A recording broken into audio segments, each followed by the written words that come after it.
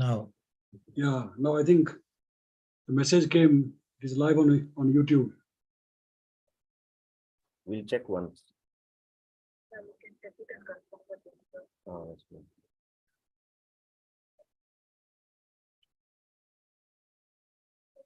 Yeah, it is live. Yes, it is live. Yes. Yes, thank you. You make me go. Yeah, now I think the message came. It is live on YouTube. Yes. There is some network issue. Yeah.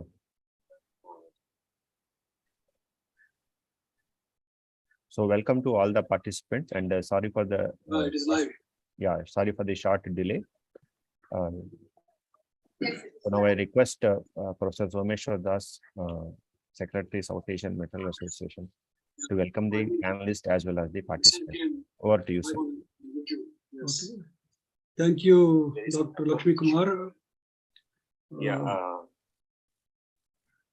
I think somebody, panelists can close that YouTube. They have switched on their YouTube. Okay. Yeah. Please. Well, good afternoon, everybody. ABM Professor Ajit Tyagi, sir, President of SAMA, Professor Bhaskar, sir, Good afternoon. Honorary Professor, Andhra University, Waltair, and member of the advisory panel of the lecture series, members of the organizing committee, participants, ladies and gentlemen. We once again welcome you on behalf of the South Asian Meteorological Association and SRM Institute of Science and Technology, Chennai, India. As you know, this is the 6th lecture. Today, Professor Bhaskar will continue his lecture on atmospheric thermodynamics. As mentioned earlier, atmospheric physics is a very vast subject, but we have tailored it suitable for the beginners, and shall try to complete it within the limited time frame. Otherwise, it is a full semester course, as you know, in the universities. Therefore, please try to attend all the lectures. It is also a privilege to learn the subject directly from Professor Bhaskar Rao, sir, whose students have reached very high positions not only in India, but also abroad. As you know, the attendance is very important for receiving certificates. Of course, I think there is some announcement to be made, Dr. Lakshmi Kumar, about this certificates, because it seems. Yes, sir. Yes, sir. Yes, with the permission of yes, sir. Yeah, you would like to say, or shall I just read from your message? You can, sir. Okay. We have categorized 3 types of certificate. Number 1, the participants who attended at least 4 lectures so far, well, will get the appreciation certificate. Number 2, we are planning to give 2 types of certificates for the participants at the end of this course. One certificate is for attending the lecture series with 75% attendance. Again, that certificate will be just a participation certificate. And the second one, the second certificate will be the course completion certificate with a grade provided based upon the merit on the evaluation for each module. The evaluation procedure will be informed to you through email. The participants who could not clear the evaluation, they will get only the participation certificate. So these are the 3 announcements. I hope you have heard it clearly. So we have already lost a lot of time today, but now I want to Professor Bhaskar Rao and all the participants, please enjoy the lectures. And if you have any question, then please write your question on the chat box and it will be answered by the speaker at the end. So thank you all. Professor Bhaskar Rao, sir. Thank you, Dr. Somesh. I can share my screen. Yeah. Yes, sir. You can share.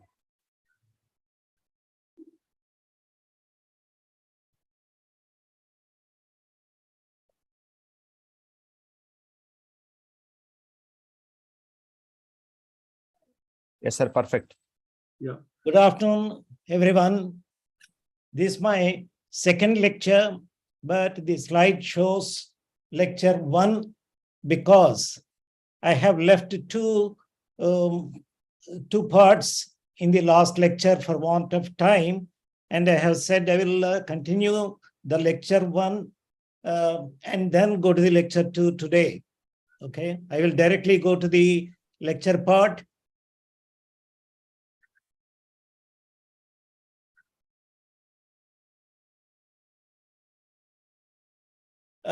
The first part is potential temperature. Every one of us, we are familiar with using the word only temperature because that is the one which we normally measure the degree of heat content, and that is normally represented as capital T. And time and again, we have used that temperature T in many of the calculations like equation of state, etc. But in meteorology, we have a very important concept, and there is another quantity called potential temperature. I will introduce that and then like to share with you what it means. At the outset, the potential temperature is defined as the temperature a parcel would attain when it is brought adiabatically from an existing pressure level to a standard pressure level normally taken as 1000 hectopascal. That means previously I have explained you adiabatic process. Previously, in my previous lecture, I have explained to you about what is an air parcel, what is an adiabatic process. That means adiabatic process is the air parcel will not have any exchange of heat with the environment. So under that particular condition, if the temperature at any one particular level, if it is brought down or up to, brought down actually to a standard pressure level normally taken as 1000 hectopascal, what would be its value? Because later you will realize the concept of adiabatic lapse rate, but here we will see what will happen to what would be the potential temperature and what is its relation to normal temperature. So I start explaining if the adiabatic transformation, if we assume dq is equal to 0, that means the energy supplied to the parcel from the environment is 0. Then the first law of thermodynamics can be written as Cp. Cp is specified at constant pressure. Dt is the temperature change, is equal to alpha delta alpha dp. Alpha is the volume, dp is the pressure change. This is the first law of thermodynamics we have. And we have the equation of state which states P alpha is equal to RT.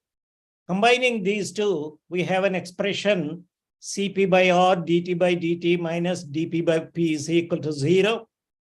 If we integrate this equation from P0, P0 is the level where T is equal to 0. That means it is here, if you take the pressure level to which you are going to bring it, like I said, 1000 hectopascal, it is theta is equal to T there.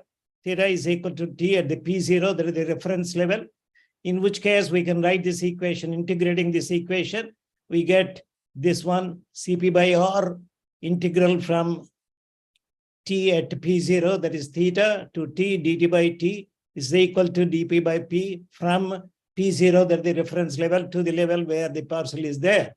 So we can write this integral, we can write it as log theta, because 1 by T dt is written as log T, and between the limits, it will be log T by theta. And on the right-hand side, it is simply log P by P0.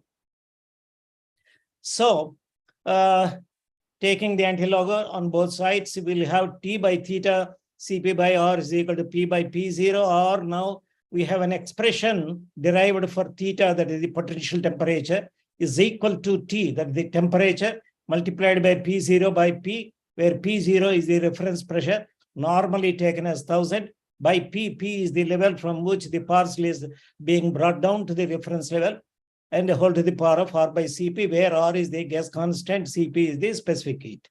Okay, so we have the values for the R, that is the gas constant for dry air, because this is not saturated. So unsaturated air, R is equal to RD. We have the value as 287 joules per kilogram per degree Kelvin. Cp is 1004 joules per kilogram per degree Kelvin. So R by Cp is equal to 0.286. And so theta is now defined and can be obtained in relation to the temperature. So theta is now the temperature that the parcel would attain if brought adiabatically to a reference value, to a reference pressure level P0. And why we have defined, or why we are trying to substitute or think about an alternative for the normal observed temperature is the potential temperature of an unsaturated parcel is conserved. That means it does not change its value as it moves adiabatically in the atmosphere. And once you start it, as you move it up and down, as long as the parcel is not saturated, then you move it anywhere, then it is its value would not change. So potential temperature, unlike the normal observed temperature, which changes its value if the parcel is being taken up or taken down, or because of the pressure differences between the parcel and the environment, it will be subject to change. And the potential temperature, unlike the normal temperature, is a conserved quantity as it moves adiabatically in the atmosphere. So this is a very important parameter. Time and again, we use the potential temperature for the interpretation of the thermodynamic process. So this is one concept I wanted to introduce. Next is another temperature. It is virtual temperature. So what is the virtual temperature? Actually, if we think in the atmosphere, we have a mixture of both dry and moist air. That means there are some water vapor particles are already in that, but it is not saturated.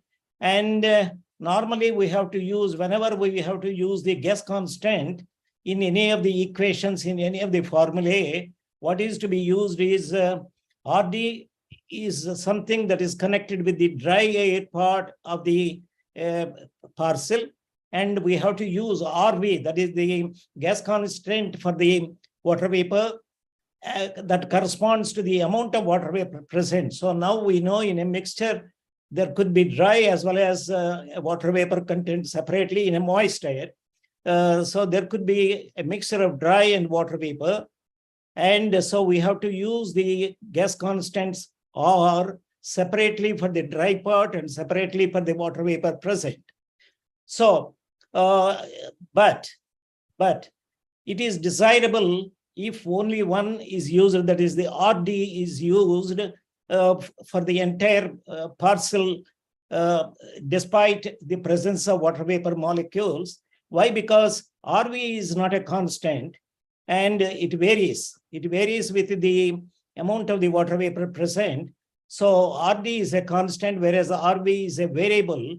So it is desirable, instead of making a very cumbersome calculations like taking the RD and RV separately, applying it to the dry air part and the water vapor part, normally we actually have a value that is called virtual temperature. I will show how we get it. This is a very simple form of expressing it. So here we have written the TV, that is the virtual temperature, is equal to RV, that is the gas constant for the Q part. Q is specific humidity. So it is the mass of dry air by mass of water vapor. So Q is specific humidity. All of you know what is specific humidity. So RV into Q into T. So we are using the value for R, that is RV, for the part of the water vapor that is present, plus 1 minus Q means the remaining part, that the dry part, we use RD, and the T is the temperature. So we have split the entire volume into two parts, one for the water vapor and one for the dry air here. And we can now simplify this, some simple mathematical manipulations. And we know that RD is 287.3 joules per kilogram per Kelvin. and RV is 461.5 joules per kilogram per Kelvin. So by simplifying this equation, we have TV is equal to T minus QT plus AQT, where A is equal to RV by RD, that is 1.606. And so further, TV is equal to, if you take T common, 1 plus A into Q minus AQ minus Q, or 1 plus Q into A minus 1. So TV is equal to 1 plus 0.606 into Q, a whole that multiplied by TV, so T. So here it is the temperature observed, it is the virtual temperature. These two are connected by an expression 1 plus 0.60 Q, because Q represents the specific humidity in that. Now with this particular one, we don't need to use the gas constant separately. RD and RV need not be used separately for a mixture of the dry air and water vapor molecules together. There's the moist one. We don't need to use this. So it is a very simple direct derivation for the virtual temperature. So as we see, always TV is greater than T by a few degrees. So this is a very easy way of looking at the virtual temperature derivation. But I also have an alternative derivation. The whole of this could be derived separately, starting from the mass of the dry air and the mass of the water vapor molecules. So intentionally, I skip this. Whoever is interested, this gives more details right from the fundamentals, how we get at the virtual temperature. So I have written down the equations to facilitate the students who would like to have the elaborate derivation. So essentially it comes to, here it is, W is the humidity mixing ratio. So essentially we get the same formula. The first one is directly writing and expressing the same thing, but from the fundamentals also we can derive the expression. So TV is equal to T into 1 plus 0.606 or 0.61 into the Q or W, whatever it is, both are probably nearly same. It is the temperature at which dry air would have the same density as, sorry. Here the symbols have changed. Don't worry about that. It is temperature at which dry air, because W is here, W is MV by MD. That means the ratio of the mass of the water vapor by the mass of dry air. And that is the humidity mixing ratio. Specific humidity is mass of the water vapor by the total air. So, sorry. So we have both expressions, the derivations for the virtual temperature. So it is the temperature, the virtual temperature could be understood as the temperature at which the dry air would have the same density as the mixture of the dry air and water vapor together. So if you have a moist air, it is the temperature the dry air would have the same density as the entire part of the volume that is under consideration at a given pressure. So it also means that if you have two air samples with the same virtual temperature, they will have the same density. So these are the two things which I have left last time.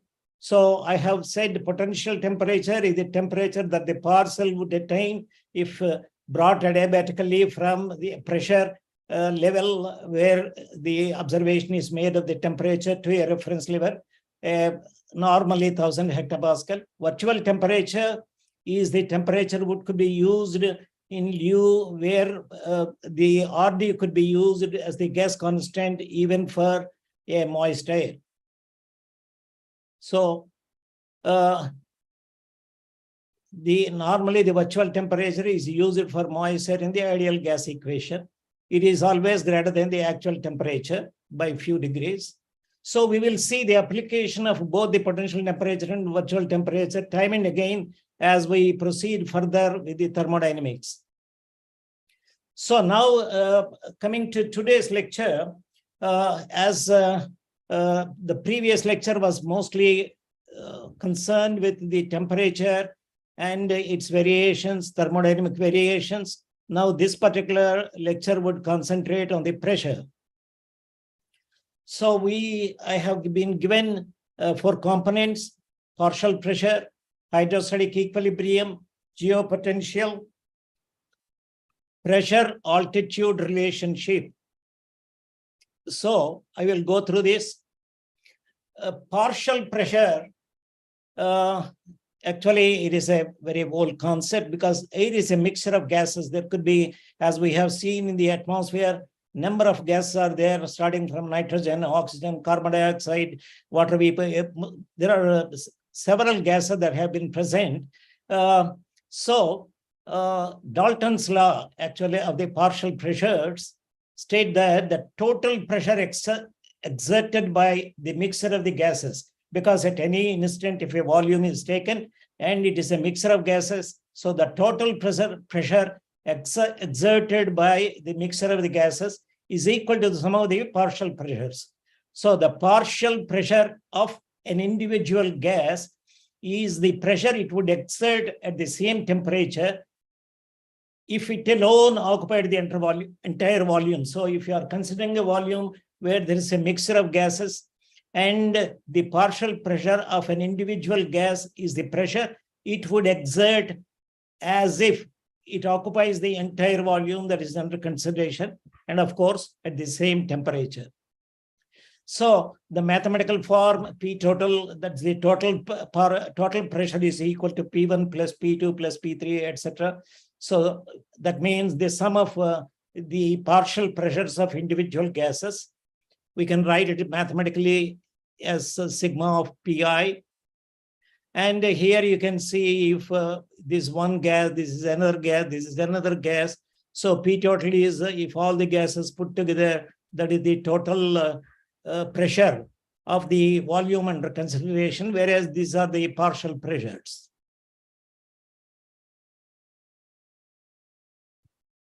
And we know pressure is directly proportional to temperature, that is Charles' law. So if you increase one of them, if the temperature is increased, pressure, the other variable also increases. So this is directly proportional to the temperature. So if you increase one of them, the other variable also will increase. Pressure is inversely proportional to the volume. That means if you increase one variable, the other one would decrease. That is Boyle's law. And pressure is directly proportional to the number of moles. And the concept of moles is very fundamental, as you all know. A mole actually is the amount of substance which will hold Avogadro's number of molecules. So that is Avogadro's number. Every one of you should have been very much familiar. So the atmosphere is a mixture of several gases. Each gas will exert its pressure depending upon the number of moles. So we will, this concept in the thermodynamics, pressure is directly proportional to the number of moles. If the number of moles are more, then you will have the pressure higher.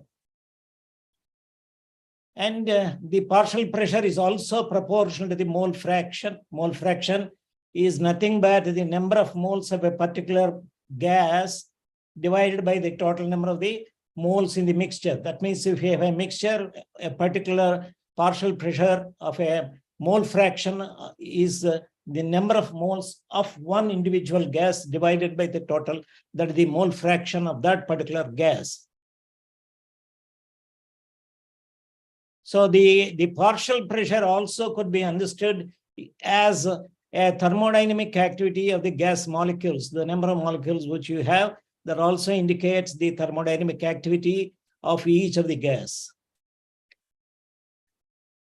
So the mole fraction of a specific gas in a mixture of gases is equal to the ratio of the partial pressure to the total pressure exerted by the gaseous mixture. Similarly, the mole fraction also can be used to calculate the total number of moles of a constituent gas because of the definitions I have put in.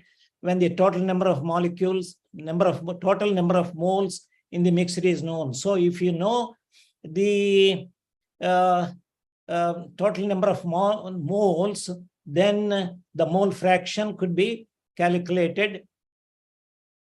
So we can write the mole fraction formula is Xi is equal to Ni by N total, where Xi is the mole fraction, Ni is the total number of moles of an individual gas, N total is the total number of moles of all the constituent gases in the mixture. So mole fraction also can be expressed as the ratio of the partial pressure Pi, that means the partial pressure of the individual gas divided by the total pressure of the gas mixture. So Xi is the mole fraction. It could be expressed as the mole ratio of the mole fractions, ratio of the partial pressure. So we can write, so we have the,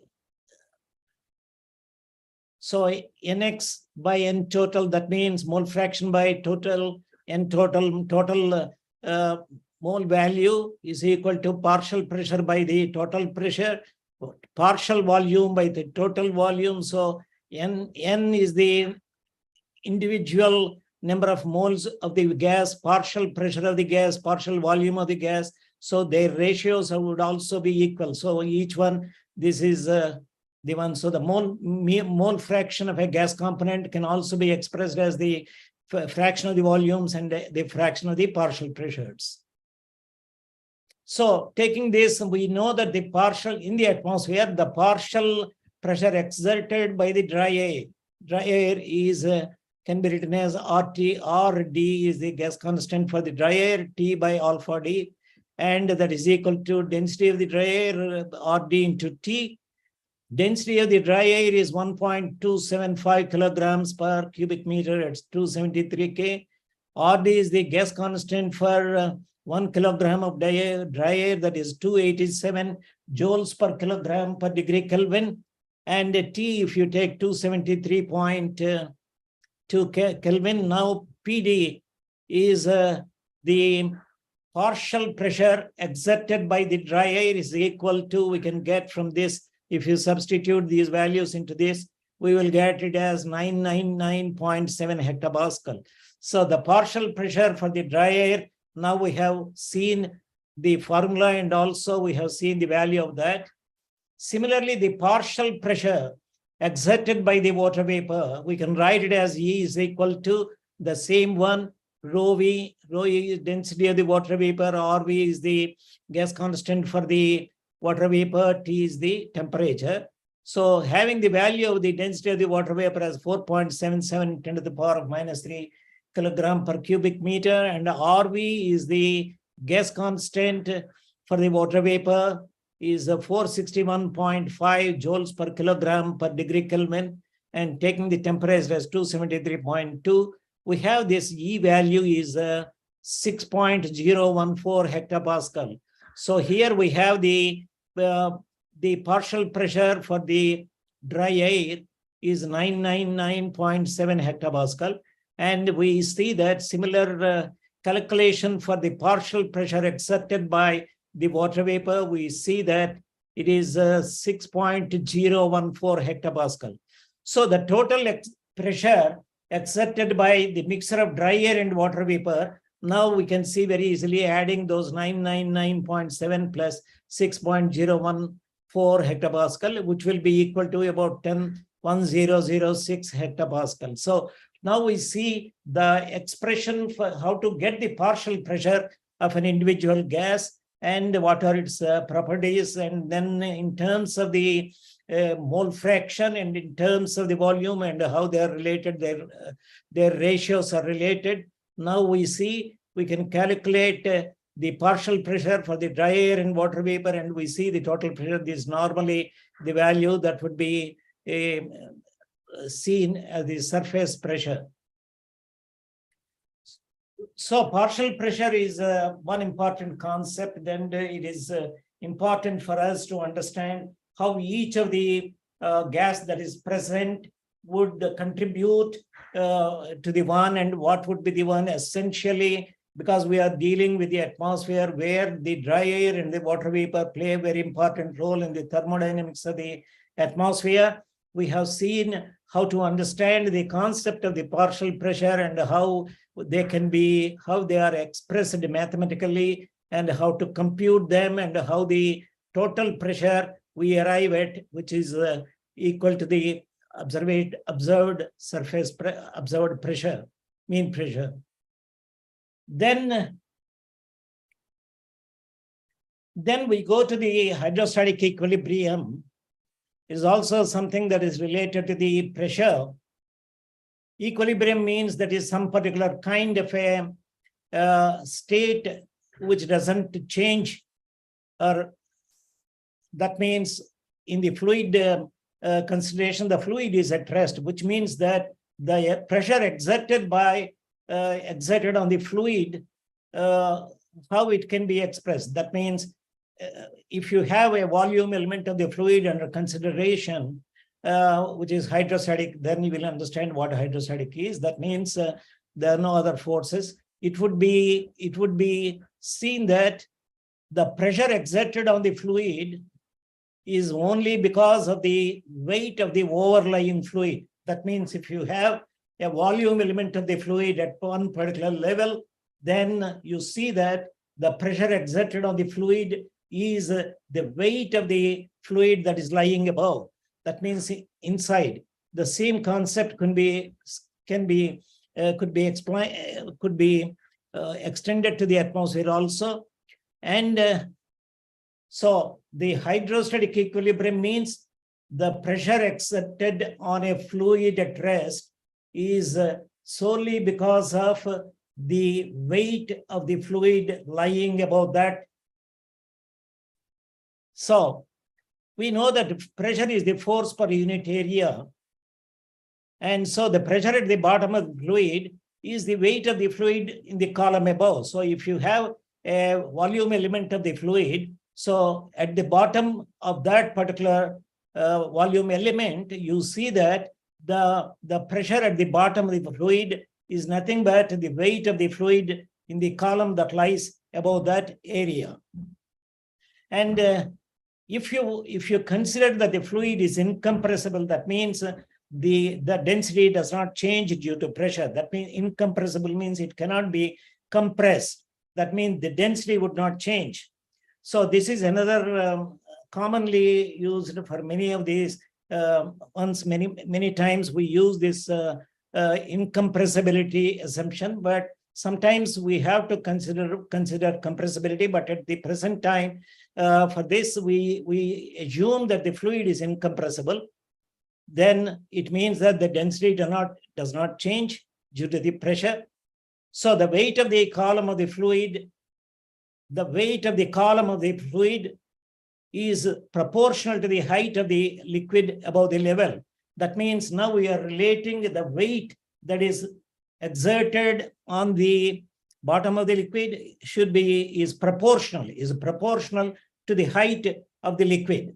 That means we are assuming that whatever the volume element we are considering, there is no density variation between those two small heights. So if we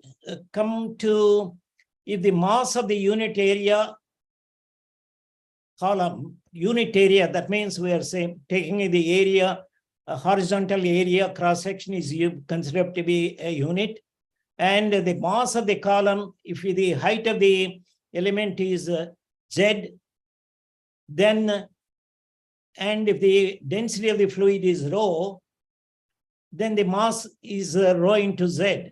That means if you are considering a unit area and the height of the fluid column is height Z, and if the density is constant because we are assuming incompressibility. So if the constant density, that is rho, then the mass of the fluid is rho into Z. So the weight, what is going to be the weight? The weight of the column is mass multiplied by the acceleration due to gravity. So now the weight is coming in. Now we have calculated the mass of the unit column in terms of the height Z and the density. Now if we come to the understanding of the weight of the column that actually is being exerted at any particular level, then if the acceleration due to gravity is G, then the pressure force exerted by the weight of the unit area column on the bottom of the fluid is P is equal to 0, G into rho into Z. That means we are assuming at any particular level, the pressure is nothing but the pressure exerted is the force that is being exerted, or the weight of the fluid that is exerted on the bottom of the fluid, which is related to the mass of the fluid. That means the area, horizontal area, multiplied by the height of that and the density. So we see if the column of the height is Z and the horizontal area is unit 1, and density is rho, then it is the acceleration due to gravity is G, weight of the column.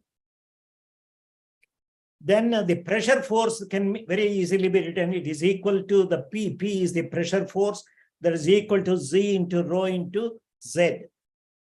This is the concept of hydrostatic equilibrium. This is very important in meteorology as well as in fluid dynamics. And many times, most of the atmospheric phenomena could be treated as under hydrostatic equilibrium.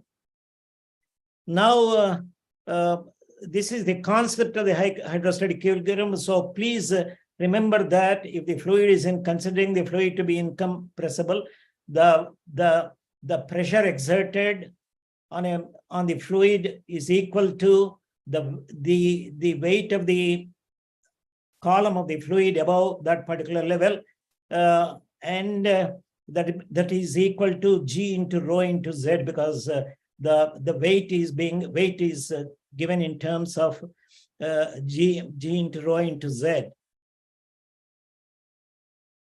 So we now see hydrostatic equation from using the concept of hydrostatic equilibrium. Now, this is a very important thing to understand in meteorology or in the atmospheric thermodynamics. This is very important for us. We know that the atmospheric pressure decreases with increasing height. So atmospheric pressure decreases with height. That means with altitude, because the pressure denotes the force per unit area exerted by the weight of all of the air lying above that. That means at any particular level, the pressure at that particular level is equal to the weight exerted by all the air that lies above that. So the weight of the air column lying above that particular height denotes the atmospheric pressure. So if you go from the surface as you go up, normally the weight of the height of the air column decreases, and so the pressure decreases. So the atmospheric pressure structure is determined as a hydrostatic balance of forces. We will see how to derive this expression. So every parcel, we will see how it is. So every parcel is acted down by three forces to keep it in balance, leading to zero net force. That means if we will see what are the forces that act on a volume element, and we see if there is going to be a balance, what happens. So this particular balance, when the forces are balanced, the air parcel would be static or it moves with constant velocity. So this is assume and see here, this is a volume element. This is a cubic volume element. And the horizontal area here is A, capital A is the horizontal area. And we are seeing between a level Z and increasing upwards Z plus dz. And we have the surface area at the top of the volume element, that is some P top, the pressure that is being exerted at the top of the fluid at the top boundary. And also we see that the pressure exerted on the bottom boundary from below. And the third force is the weight of the fluid inside this volume element. So there are three forces. One is the force exerted on the top of the fluid element. One is the force of the force that is exerted on the bottom from below. And the third one is a force because of the weight of the volume element inside. So if we see at the top of the volume element here on the top surface area, and the force at the top is P top into A minus, means we are taking the upward as positive. Considering the upward force is positive, then we have to write this as negative. So P top into A is the area, surface area, P is the pressure that is exerted on the top of the top area surface. And the second one is the upward force that is acting at the bottom.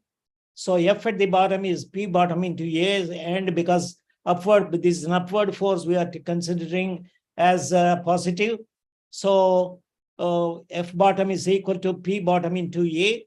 The third force is the weight of the volume element acting downwards, because whatever the weight of the fluid, it actually acts downwards. And if the density is rho, as I said, in this volume element, the density is rho.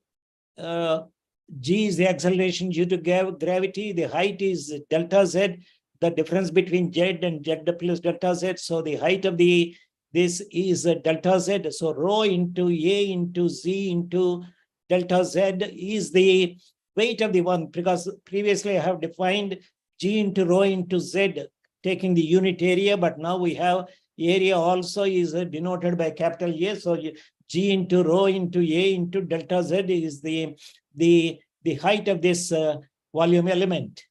So the F weight is equal to G into this G rho A delta Z. So volume is V, G into rho into volume, that is G rho into A into delta Z.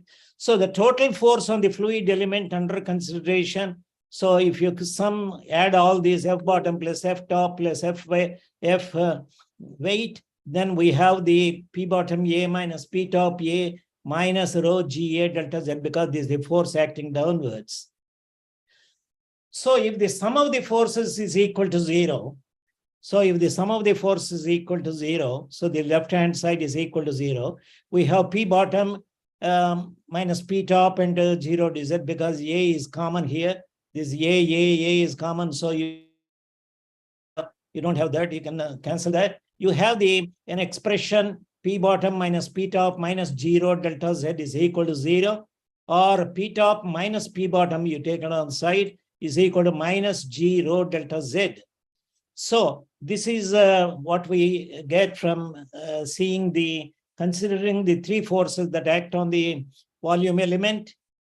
So here, the same expression could be written in the differential form. dP is equal to minus G into rho into dz. So dP is P top minus P bottom, that the pressure difference between the two levels between Z and Z plus dz. And dz is the height difference between P top and B top. So this is the dz is the height difference. dP is the pressure difference between the top and bottom of the volume element. So dP now we get an expression dP is equal to minus 0 dz. So this is the hydrostatic expression, which actually relates the pressure with the density and the thickness. So we have this hydrostatic equation. The negative sign implies that if the height is increasing, dou P by dou Z means the rate of pressure with height. So negative sign means on the right-hand side, the pressure decreases with height. And the pressure at any particular height, Z, is equal to the weight of the air column above that particular level. So we have very important on the right-hand side, we also have density. Rho is the density which we have on the right-hand side. So density is also a function of the temperature and also moisture content. So if we increase the temperature, or if we increase the water vapor content, it causes the density to decrease.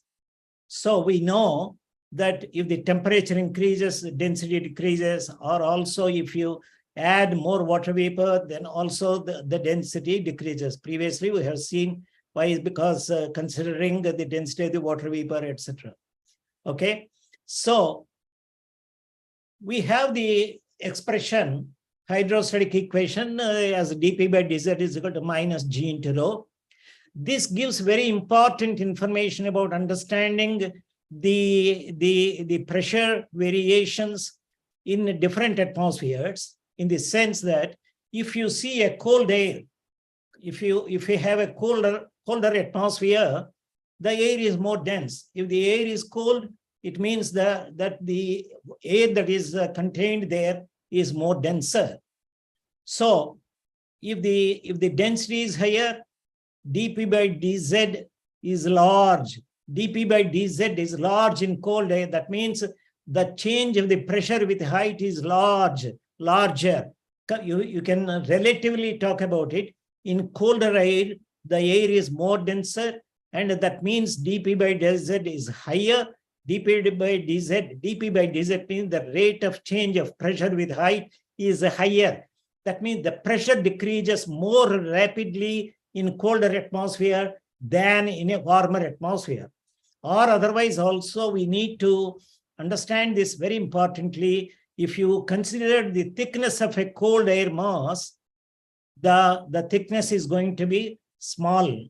That means if in a colder air mass, the thickness means between two pressure levels. If the air mass is colder, then the thickness will be the height difference between the two pressure levels is going to be smaller.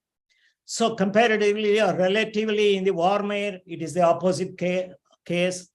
Warm air expands and take up a larger volume, and dou P by dou Z will be if the density is less, then if the density is decreasing, dou P by dou Z would also be smaller and smaller. That means the rate of change of P with height is smaller, and the thickness of the warm air and the depth of the air mass in a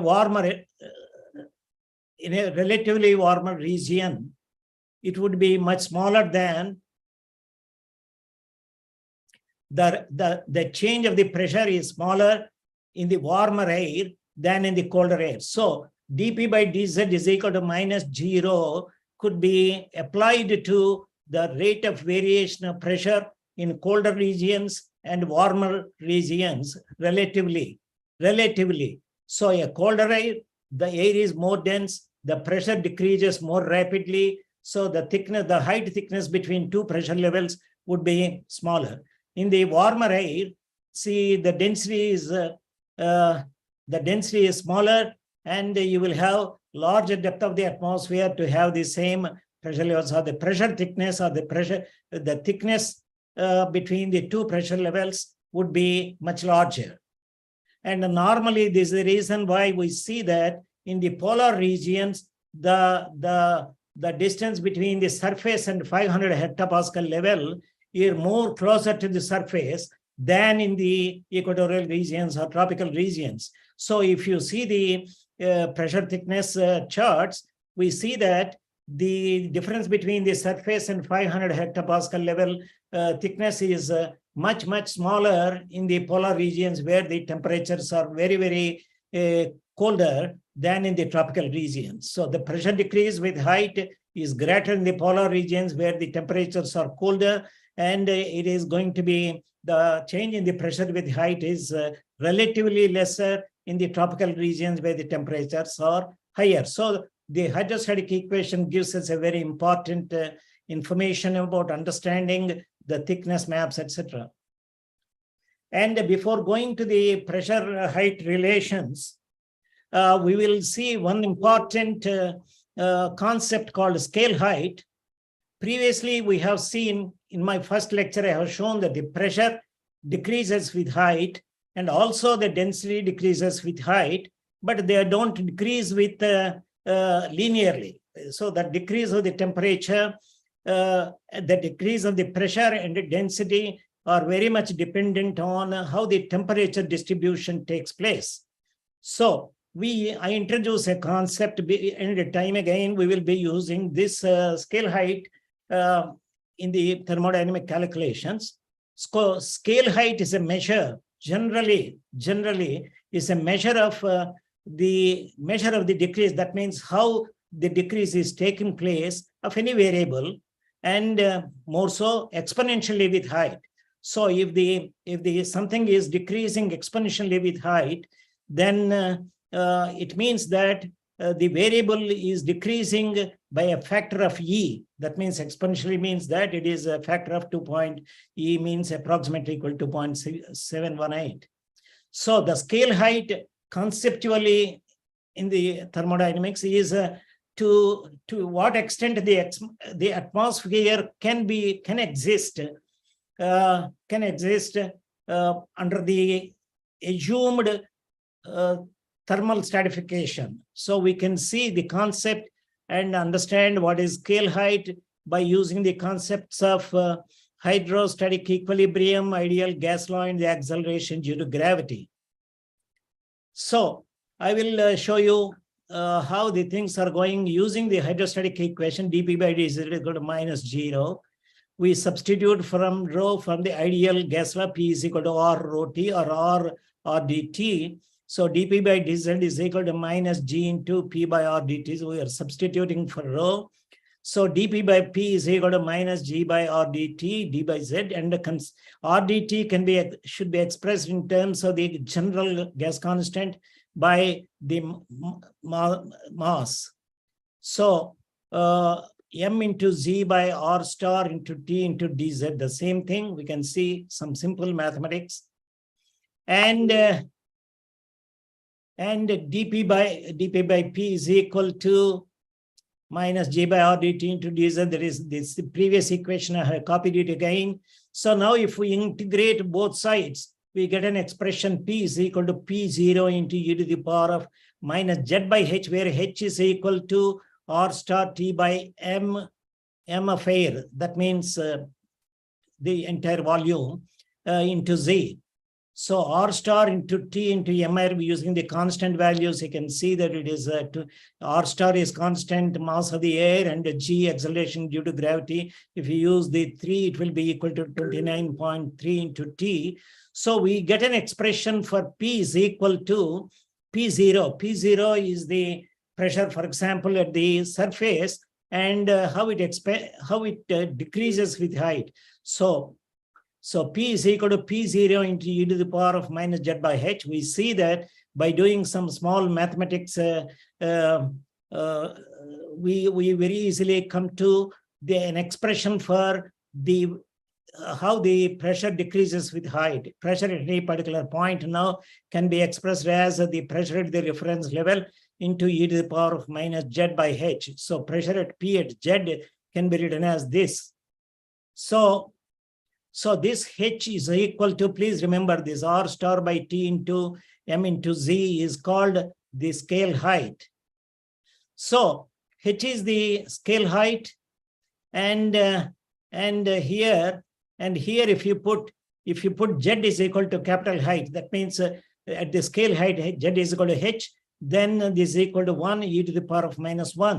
So yet a height h is equal to z is equal to capital H, that is scale height. P is nothing but P is equal to P0 into e to the power of -1. So that is the meaning that from a reference level, for normally taken at the surface, the pressure would be decreasing, and will reach a 0.37 of its surface value at the height z. So the pressure drop between two levels can be obtained very easily, can be expressed in terms of that. So this is a very important concept of that you need to know in the thermodynamics, scale height. And P is equal to P0 e to the power of -z by h. This also can be written by taking the logarithms, and P by P0, log of P by P0 is equal to -z by h, because if you take the logarithms, now this will be reducing to this. Now this will be useful because this is an expression we got from the scale height derivation. Now this expression, log of P by P0 is approximately equal to minus Z by H. So this equation will be useful for obtaining pressure at different heights of the atmosphere. And before we go to that, we can make a very similar expression for the density. If you assume that at a constant density at this surface, that means if you start with the derivation dP by dz equal to minus 0 and substitute from the equation of state, and where this mu is the molecular weight, and we get similar expression very easily. Rho is equal to rho 0 into e to the power of minus Z by H. So the density also reduces in the same way, starting from about the surface density, its value.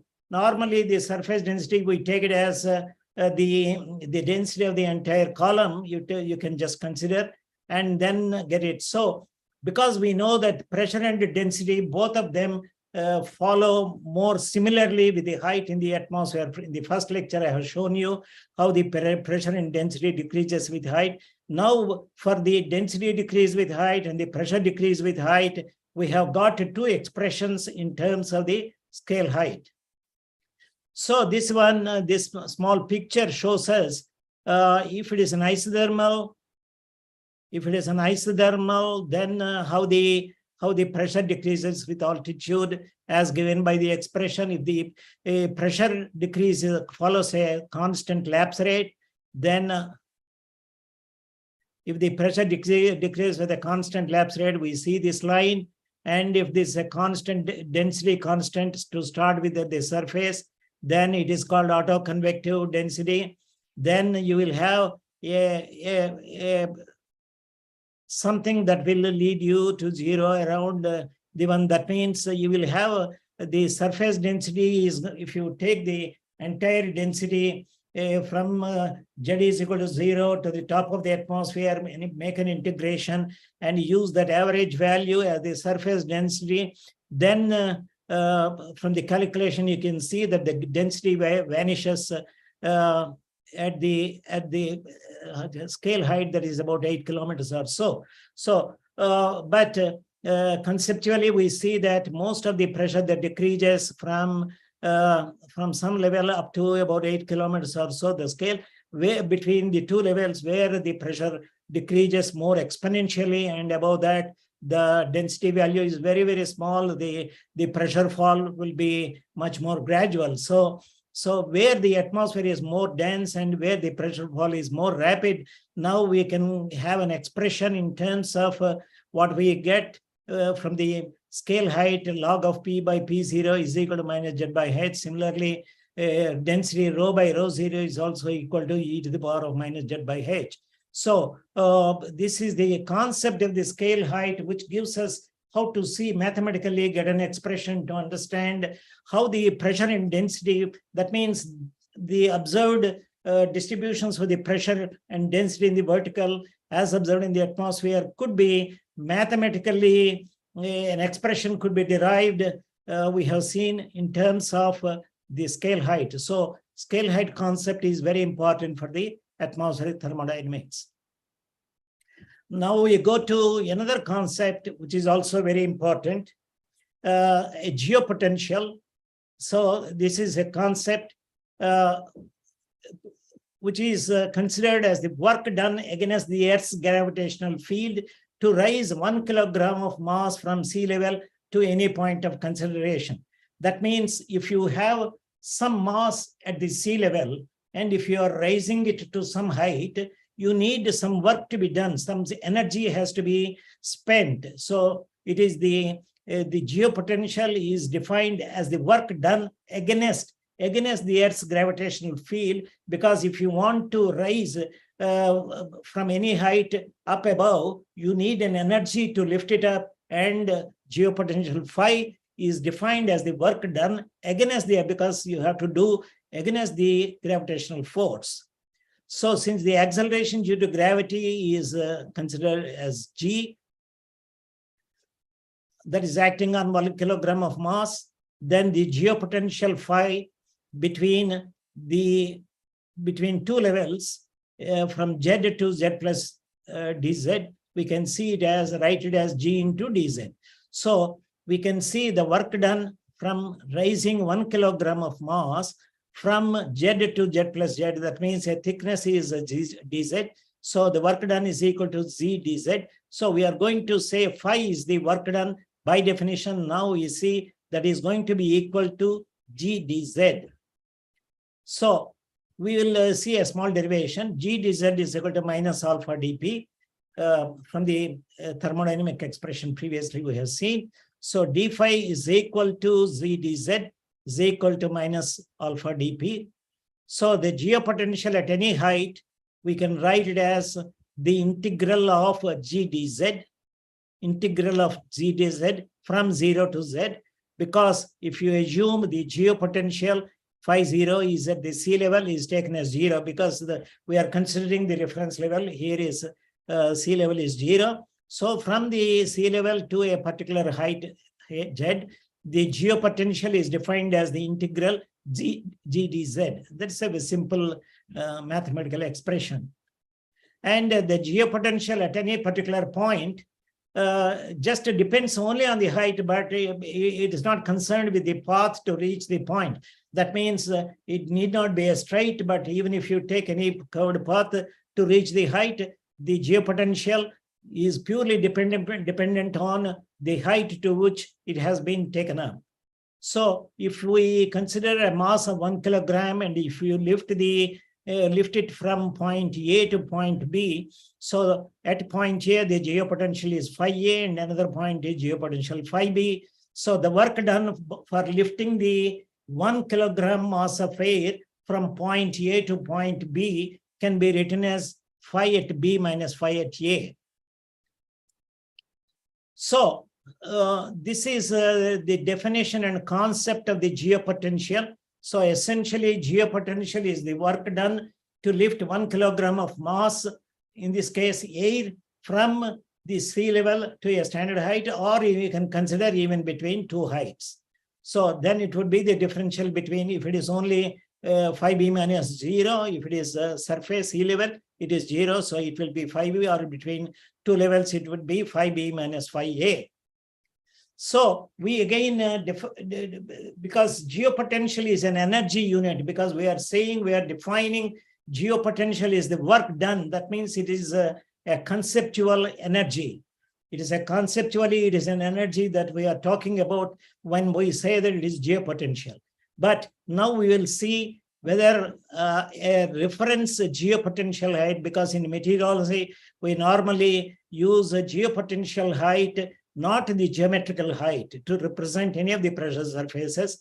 Please remember, as you learn more and more, you will see that normally things are expressed as geopotential height. That means pressure height are being expressed as geopotential height, not as a geometrical height. So a parameter Z, we can see it as phi Z by Z0, or it is the average integral of G dz between two levels. That means from 0 means Z is equal to 0, where the geopotential is also 0, and to a height Z. So the geopotential Z is phi Z, G integral of G dz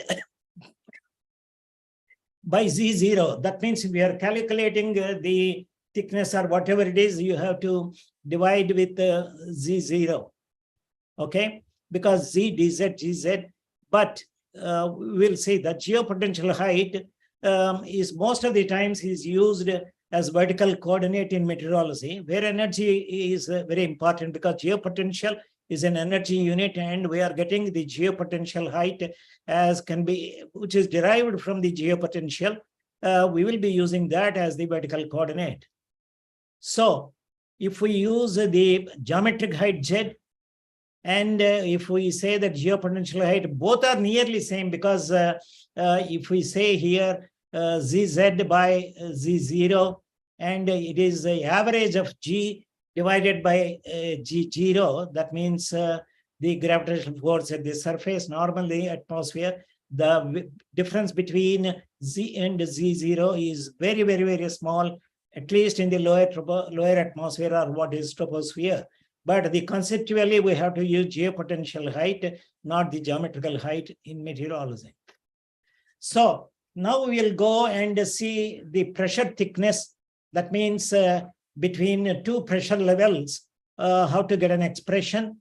And we use an expression for pressure thickness we will derive following the hydrostatic equation, dou P by dou Z is equal to -0.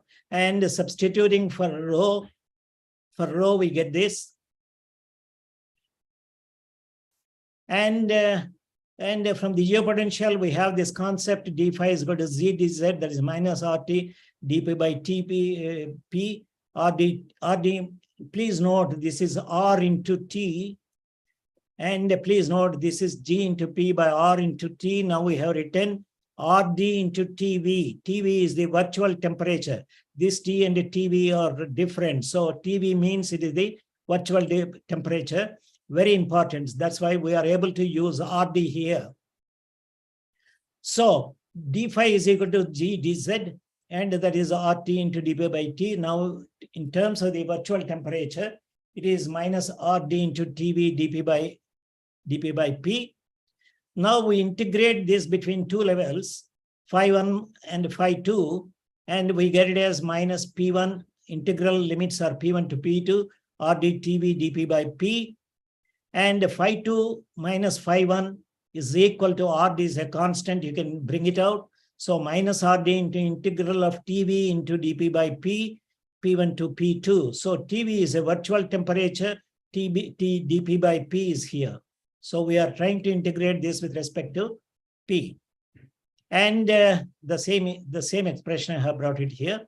And now dividing this equation with a Z0.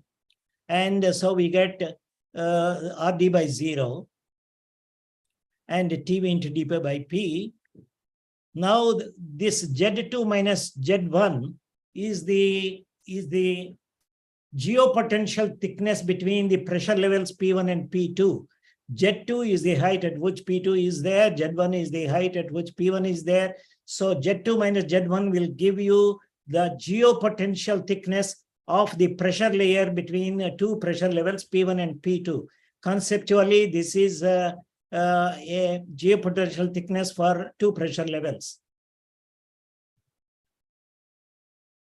So this is anyway how to get the pressure thickness. Now we have an expression about that.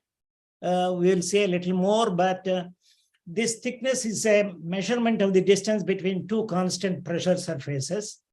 And the pressure thickness are mostly plotted on the surface charts in meteorology when you want to make the weather forecast. The thickness between the 1000 or nearly the surface, as we call it, from the surface to 500 millibar thickness charts are generally used, because you can't say it is surface because the surface pressure varies. So we say it is 1000 to 500 millibar thickness charts, where the 1000 millibar surface will be below the sea level. Normally the height at the 1000 millibar level is to be estimated and used.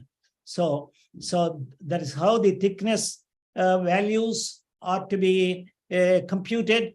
And these pressure thickness values, as I have already discussed before, and we see that they are directly related to air density and temperature.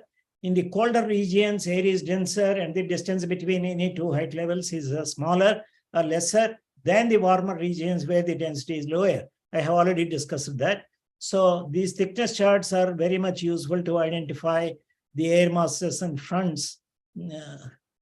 And here it is a pressure thickness chart.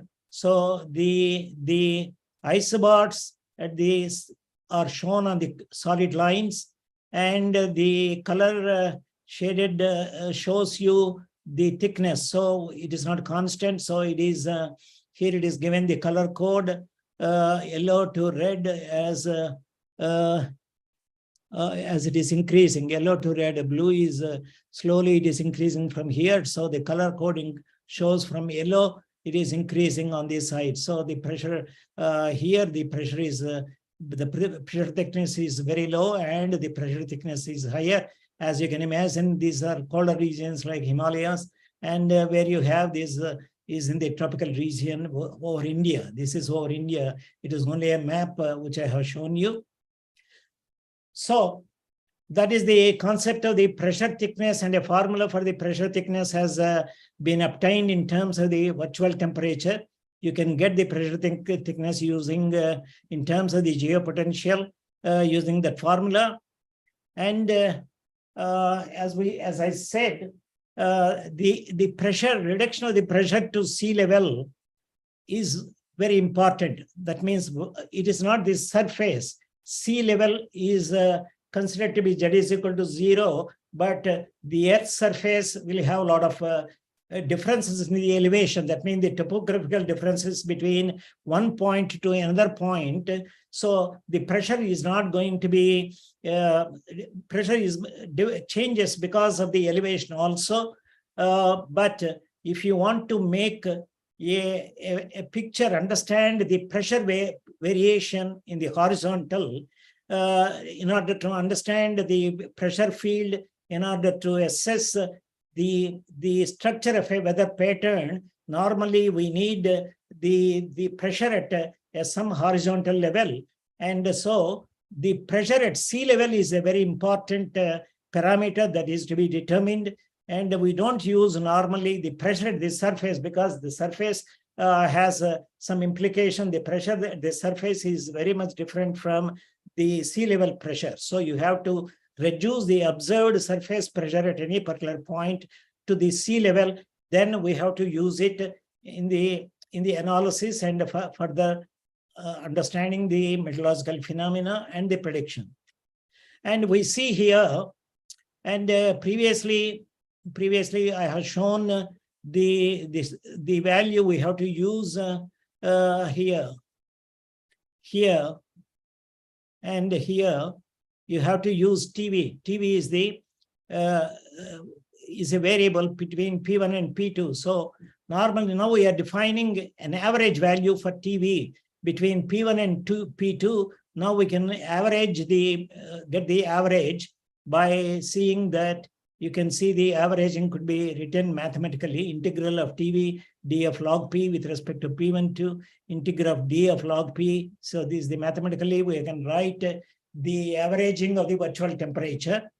So this is equal to TV into dP by P. This is log of P1 by P2. And we can come up writing this in terms of that. This expression we have shown previously for the thickness equation. What I have shown you is this. So using this for the TV, we substitute now an average value between P1 and P2 and substituting this expression here. So we will get RD TV by 0 log of P1 by P2. That means this is nothing but the scale height, mean scale height. So Z2 minus Z1, now if you get an average expression RD into TV bar by 0 into log of P1 by P2. So this is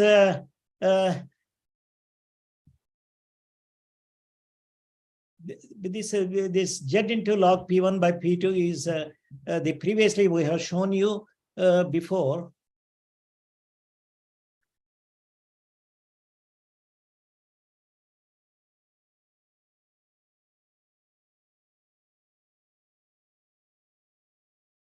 Okay, I don't know. Okay, so we can write this RD TV by 0 log of P1 by P2, and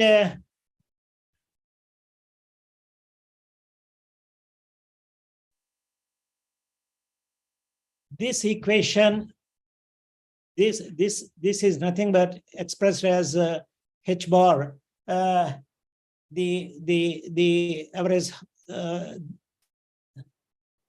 the scale height, and this equation in this particular form is known as hypsometric equation, and it denotes a relation between the thickness and the average virtual temperature. That means this is the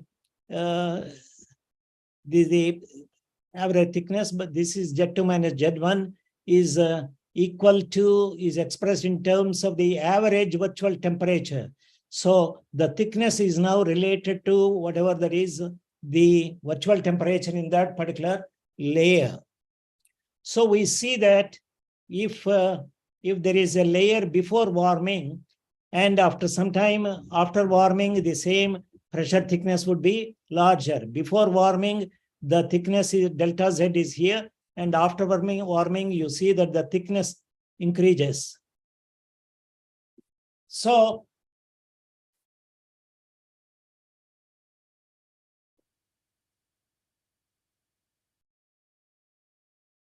here we can write the Z at ground. Z at ground, if Z at ground and if you substitute here ZG minus Z0, that means ZG you will get here, Z0 is equal to 0 at the sea level.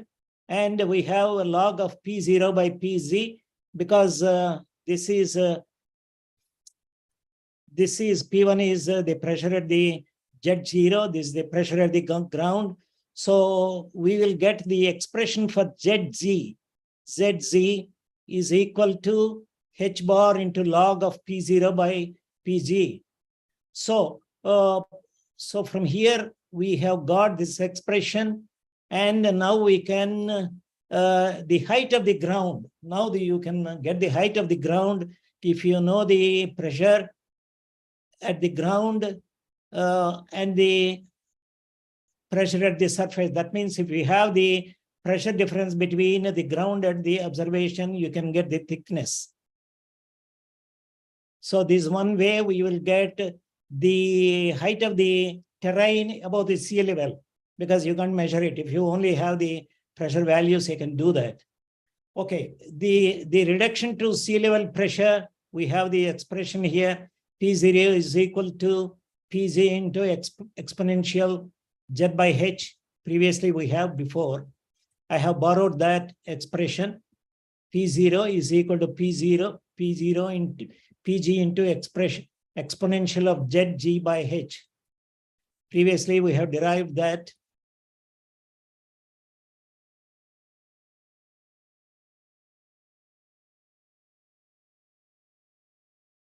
Yeah, here.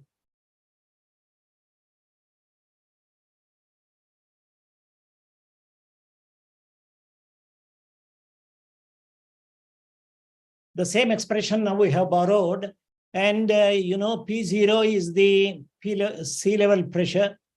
P is the pressure at the ground. That means at some height. Exponential of Z is the height of the ground above the sea level. H is the scale height. So you can write this PG scale height, you write it as RD TV bar by G0, as we have seen before. So the concept of H bar is very much essential and used at many places. So P0 is the pressure, sea level pressure. So if you know the pressure at one point that is on the ground, then we can get the expression for P0. P0 is equal to Pg into exponential G0 by RD into TV bar into ZG. That means you should know the height of the ground above the sea level. So vice versa. So if you have the pressure between 2 points, then you can get the thickness. And now you have the height of the terrain, then you can derive the P0, PO. P at the ground, or the P not at the ground. P0 means P at the sea level. So if ZG is small, that means if the height is very, very small as compared to capital H, that means if the ground height is very small, because we know that scale height is approximately about 7.5 kilometers. That's what we have seen. And if ZZ is the terrain height is a few meters, few hundreds of meters, then the ZG by H is much smaller than 1. Then exponential of this can be expressed as 1 plus ZG by H, because as you assume this, P0 minus PG is equal to PG into ZG by H bar. So now we see that. I hope surely you can get this from here. So PG into ZG by H. So if you have this one, if you substitute 1 plus ZG by H here, 1 plus ZG by H, and you have one, I'm sorry, and you have one PG extra. That PG you have taken onto the left-hand side. So on the right-hand side, you have left-hand side, you have P0 minus PG, and on the right-hand side, you have PG into ZG by capital H, ZG by capital H. Or now the pressure at the sea level can be very easily obtained. You take it onto this side, PG plus PG into ZG by H.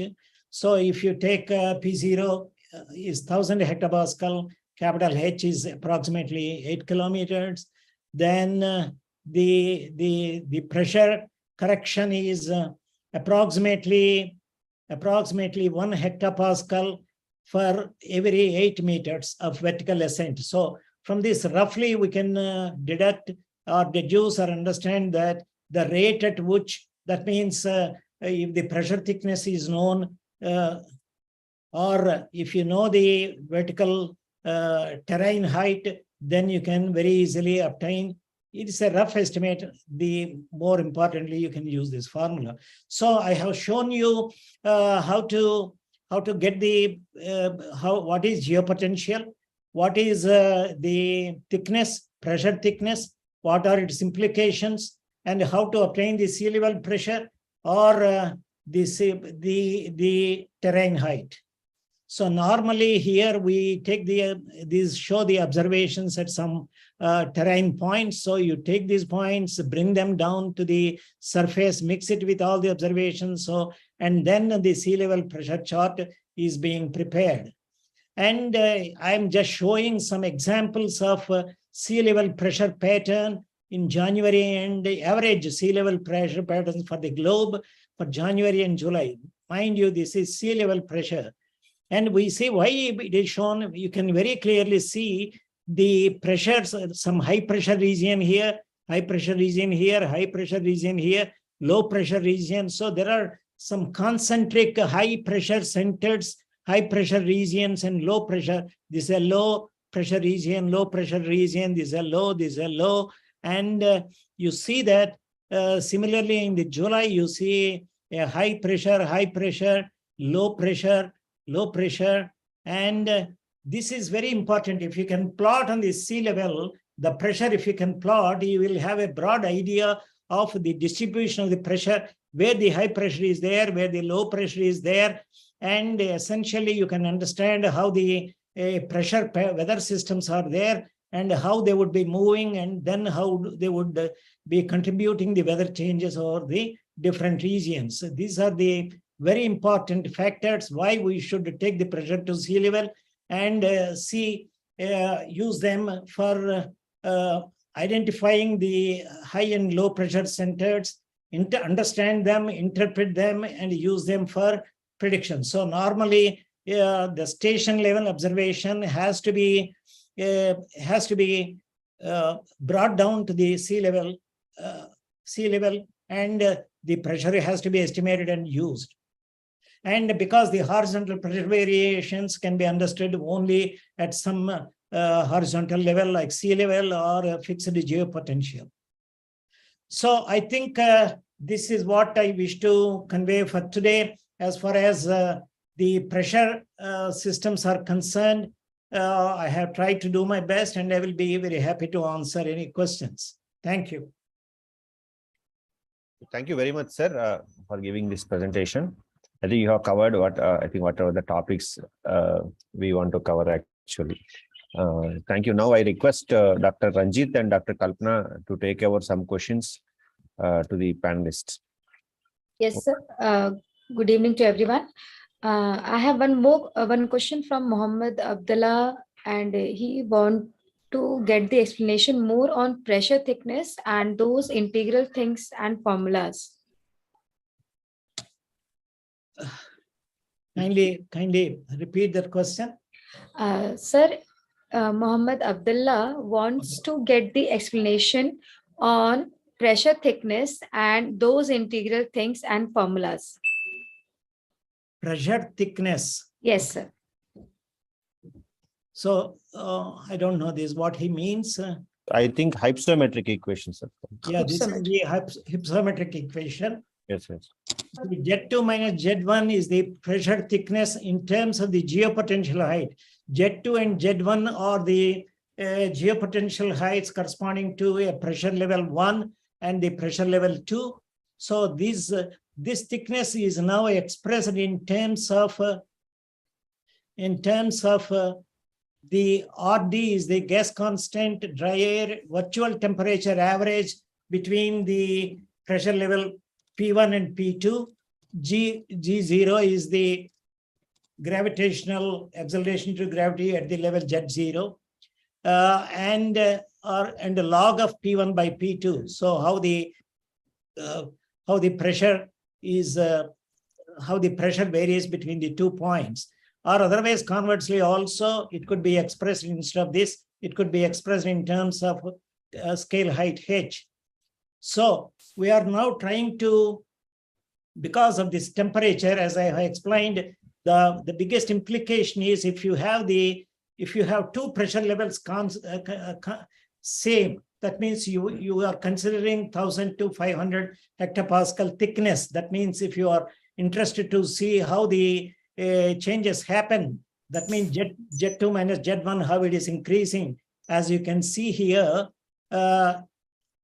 if in a colder atmosphere, the thickness is less. And if the same atmosphere, if it is continuing to warm after some time, then it will become, the thickness would be higher. That's what I have tried to explain in terms of the density and the temperature.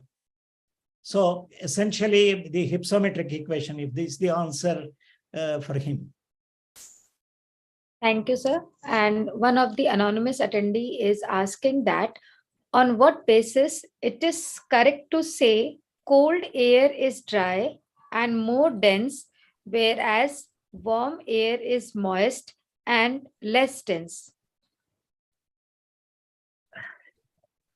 Okay, we know a colder air means it cannot, the temperature, you see the amount of water vapor molecules a volume element of air can hold is dependent on the temperature. So that's the reason why previously we have said if the partial temperature is decreasing due to adiabatic expansion, then the temperature reduces at a lower temperature and the amount of water vapor molecules it can hold is constant. So slowly that would be decreasing at some level. The same amount of number of water vapor molecules will equate the saturation. I have previously explained to that. So the capacity of the atmosphere to hold water vapor is critically dependent on the temperature.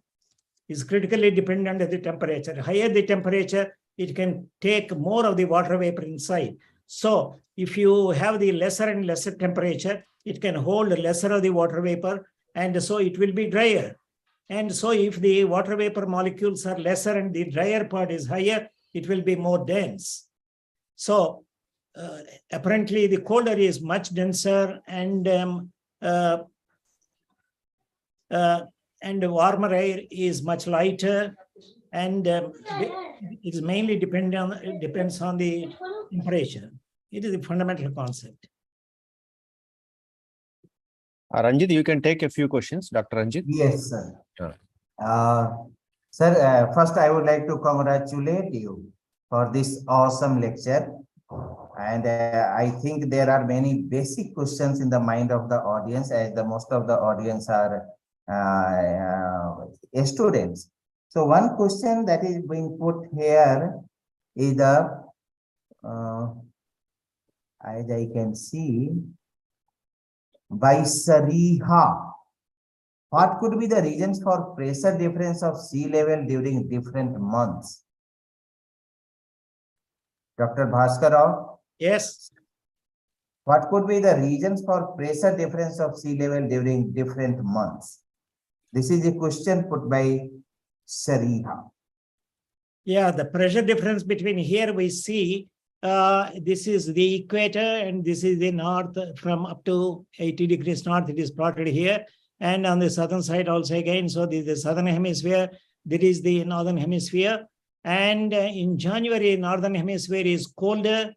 Northern hemisphere is colder than the southern hemisphere.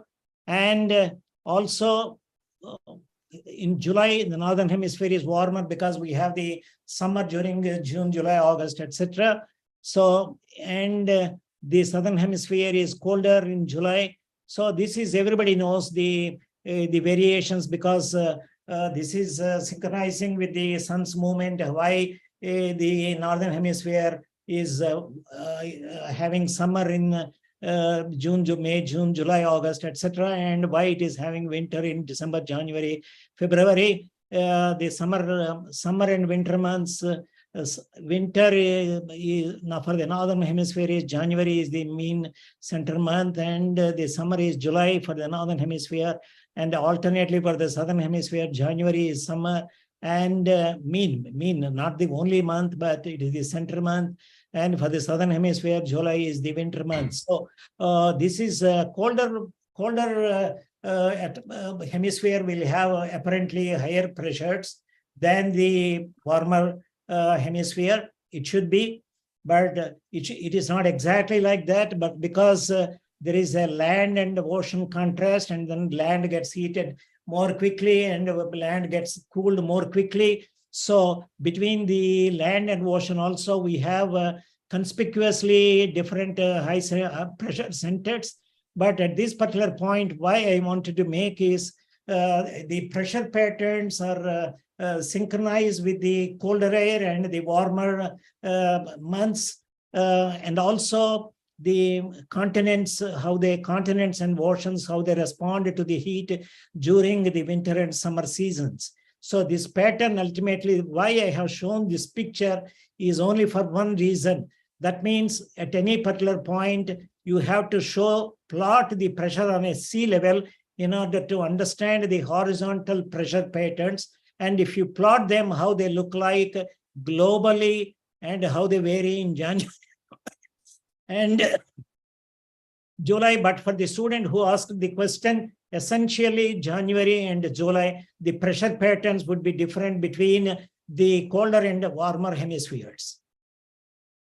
Thank you, sir. Thank you. There is one more question, or it is a basic. Is the atmosphere a thermodynamic system, as you were stating? Yes. And then question is how? Definitely the troposphere. Hello. Previously, we have explained how the entire atmosphere, how the temperature distribution was. So the whole of the atmosphere, previously in the first my lecture, I have shown the vertical structure of the atmosphere, how the temperature varies with height. For example, in the troposphere, temperatures will decrease with height. In the stratosphere, immediately above, there will be an increase. And again, above that, in the mesosphere, we have again the temperatures decrease.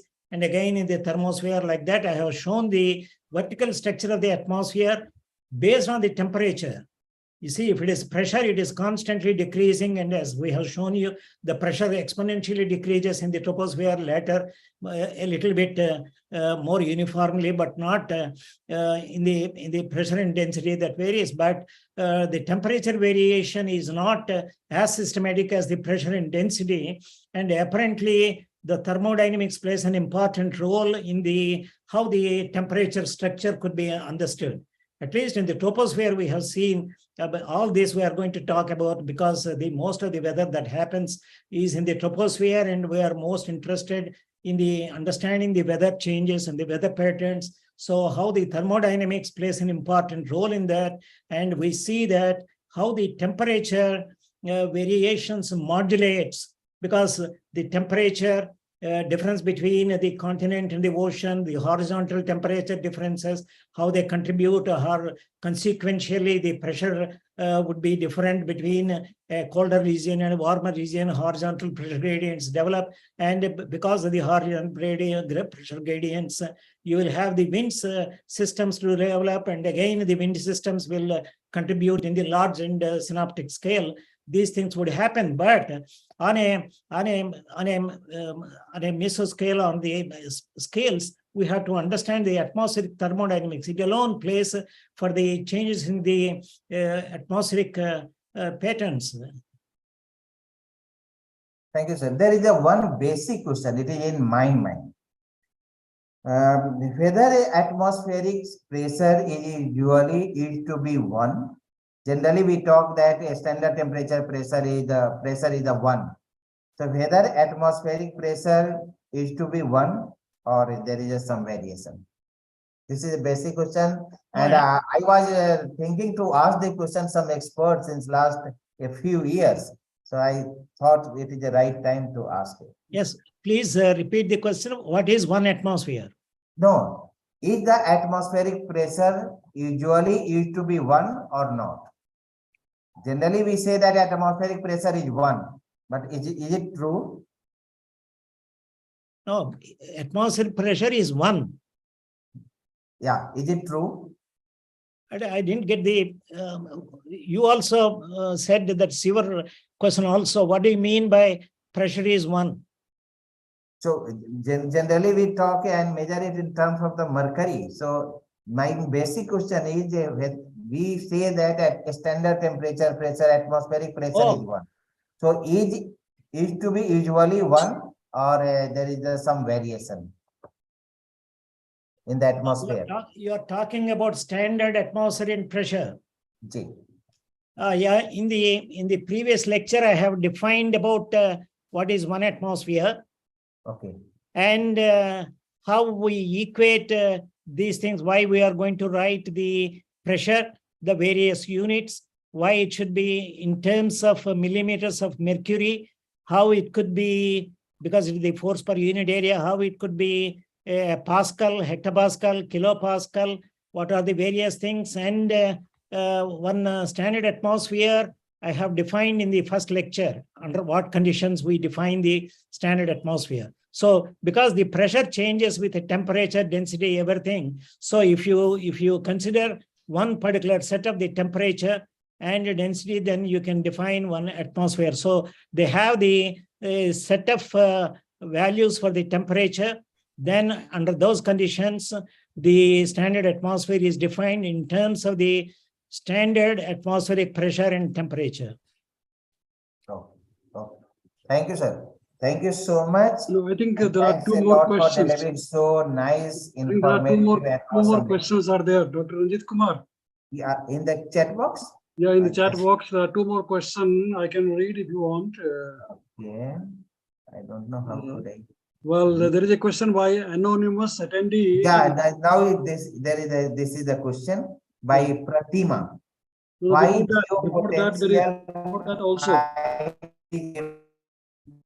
before that also there is a question by anonymous attendee, and he's asking, does it mean one can calculate or predict the temperature at a specific point of a slope of a mountain?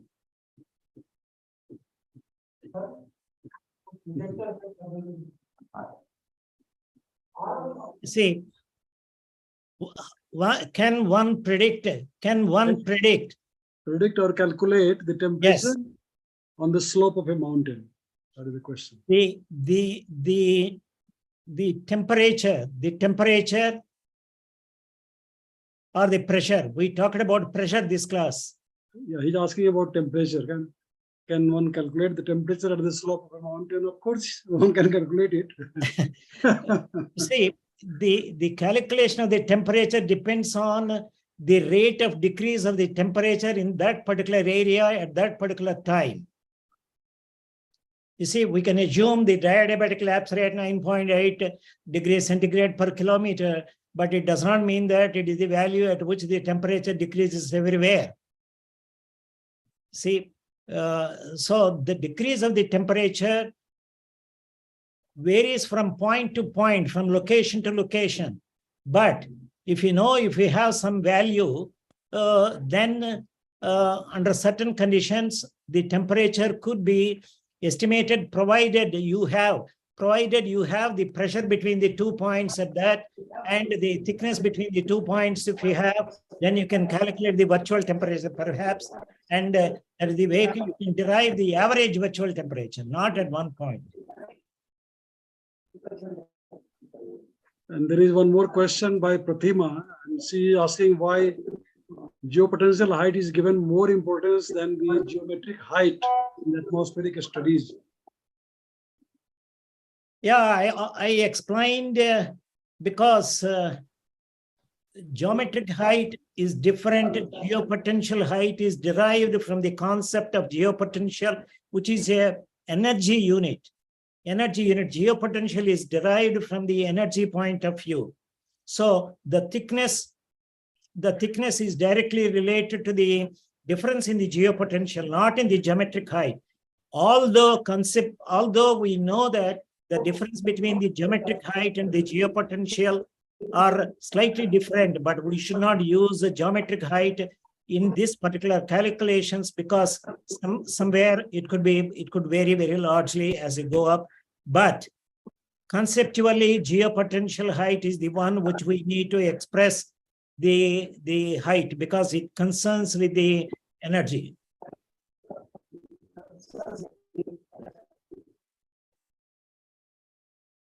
So I think no more questions. Yes, sir. No more questions in the chat box here. You can stop sharing, sir. Bhaskar, sir. Okay. Yes. Sir, actually now actually.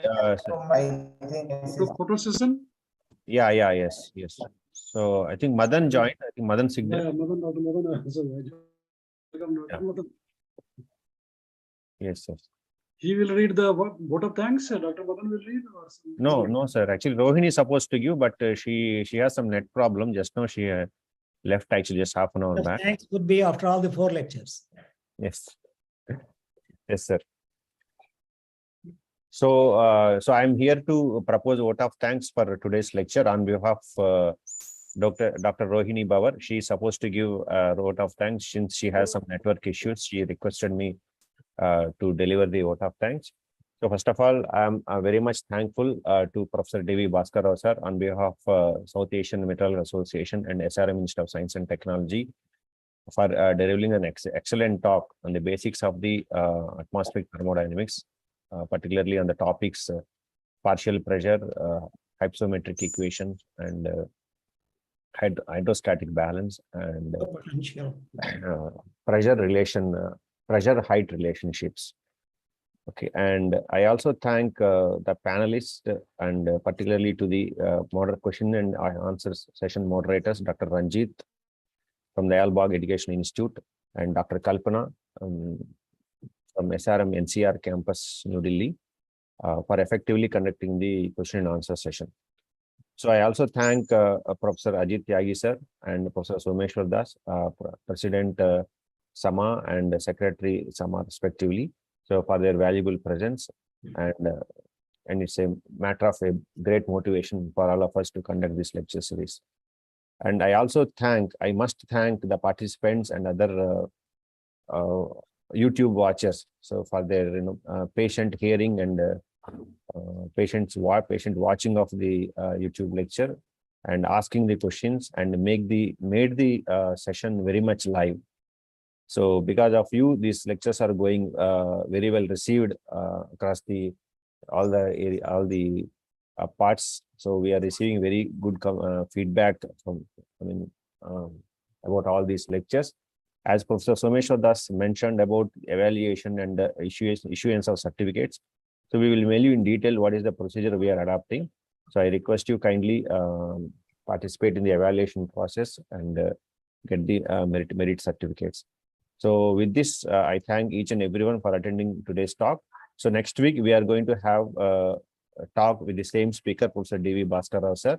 So the talk will be on another important topic, atmospheric stability. So it covers the 4 types of the atmosphere: neutral atmosphere, stable atmosphere, unstable atmosphere, and convective unstable atmosphere. In addition to the different, what is that? Lifting condensation level and level of free convection. So these points also, these topics also would be covered in the next week lecture. So I request all the participants to attend the next week lecture without any questions. So thank you once again. Thank you all. Thank you very much. Now you can leave the room. Thank you. What about the question and answer? Photo session?